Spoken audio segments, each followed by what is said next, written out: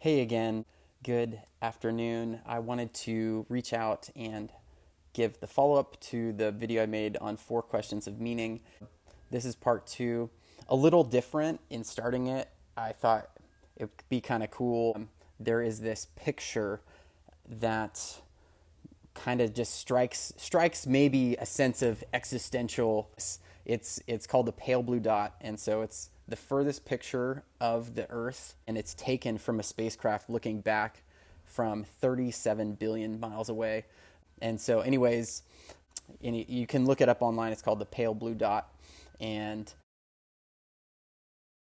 basically, I'll put it up. It has, you'll see there's just this sliver of light slicing through a bunch of darkness, and there's a couple other rays.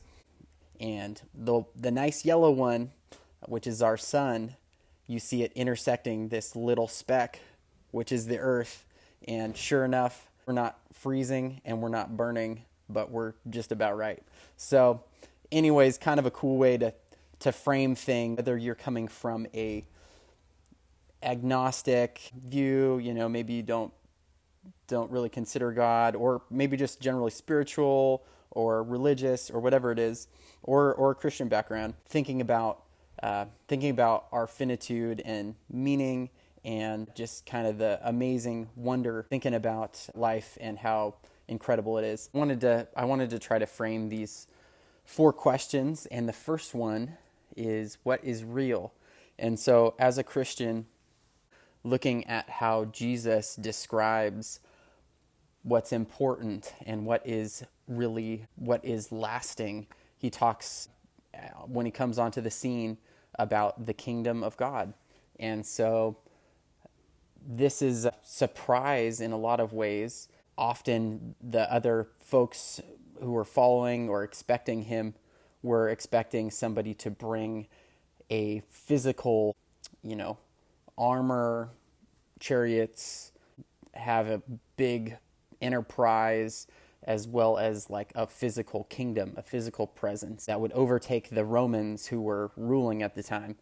Surprisingly, Jesus comes, but surprisingly, maybe not surprisingly, if you think about God, and if God is eternal, then he brings something different, something that is spiritual, and so that's what we see. Most notably addressing this is the Beatitudes. So in Matthew, if you start in chapter 6, it talks about some of the characteristics of this kingdom. And Jesus talks about storing up your treasures not on earth, but then up in heaven instead. Kind of a plot twist.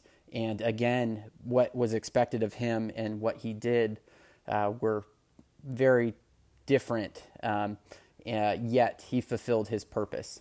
The next question of what is the good life, and what was taught by Jesus, it was very surprising. He says that those who are poor in spirit, gives almost this juxtaposition. Instead of being your belly's full and you're coming in on your mounted chariot, the teaching is very nuanced. It's parable. Seems like he's saying even the person who is in the worst situation, the worst, they're persecuted, they are poor in spirit, and they're meek, they're down and told all things that bad about them because of righteousness. Like, those people who have God's kingdom in them, they are very happy. Like, they're abundantly happy and blessed. Like, even them. Not that necessarily it's a prescription to be like kind of masochistic or something. That's how he starts off one of the most famous pieces of spiritual writing, like in history, right? Like Psalm 23, the Lord's Prayer, is in this Sermon on the Mount. The Golden Rule is in the Sermon on the Mount. So love your neighbor as yourself. These kind of like paradigm shifts. What he teaches is kind of a way of life, looking and following, leaning into what Jesus says. Like, he says the good life, the one that's built on a solid foundation, that's on the rock, is understanding how to interact with your neighbor, how to love God, how to and be right with God, and it all meshes together. And so there is kind of this uniting, like last time we talked about being disjointed between between the sacred and the secular. That's a very cool thing that Christianity does in addressing the good life. All right, the next question is, who is a good person? So this is pretty fundamental, good versus evil, like we talked about. And I think it's important to note that there is good just generally, apart from any good is, as a Christian, I believe it's an overflow of God's benevolence, that the sun rises on all of us in the morning. There's joy and beauty, so much good, like relational goodness and friendship and kindness that exists.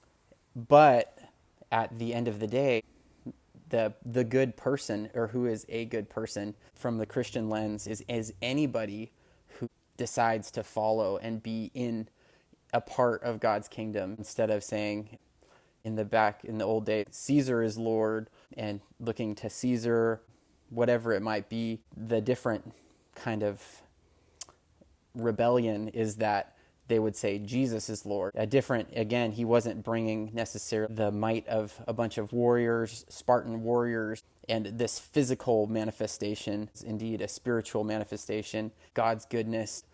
I believe as a Christian, it's just a blessing. You get to address this not as somebody who's striving. I talked about a little bit, if you want to check out, there's a video I made on the gospel. I might answer some more questions or be a little more in depth. A good person is not somebody who is this person who just crosses their T's and dots their I's. Respectful, they may be, but it's more of a posture of the heart before God, of humility and asking, because before God, nobody is good. Nobody's good enough. Even if you mess up just once, you're still not going to be good enough. And so the good person is the one who recognizes their impoverished state and asks God to act through Jesus to make right their sin. Lastly, how does one become a good person? One becomes a good person by following in the way of Jesus, being baptized. His example, his teaching, and framework for how to live, Jesus' framework for how to live, is something that we can model and walk in. Now, do we necessarily live exactly as a Middle Eastern carpenter would? Not necessarily, but I think it's helpful to think about how Jesus would live if he were me in my shoes, being with the same fervor and the same dedication that such a calling has, knowing that God made us each individually and he knows who we are, and we don't have to deny our identity, be necessarily some robot or some cookie cutter, but how would Jesus do it if he were me?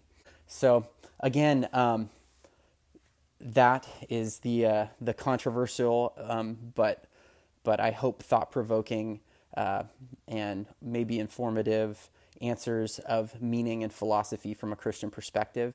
If wherever you're coming from, I encourage you be sincerely questioning of what matters, what's important.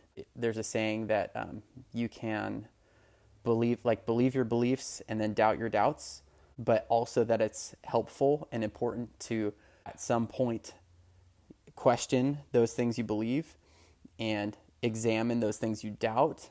And then as you do that, you'll funnel down and then land on something that is true and firm and lasting. And so that would be my encouragement. And even as it might sound dramatic, but like even as the Bible frames it, it's pretty somber and sobering, because God's described as a judge.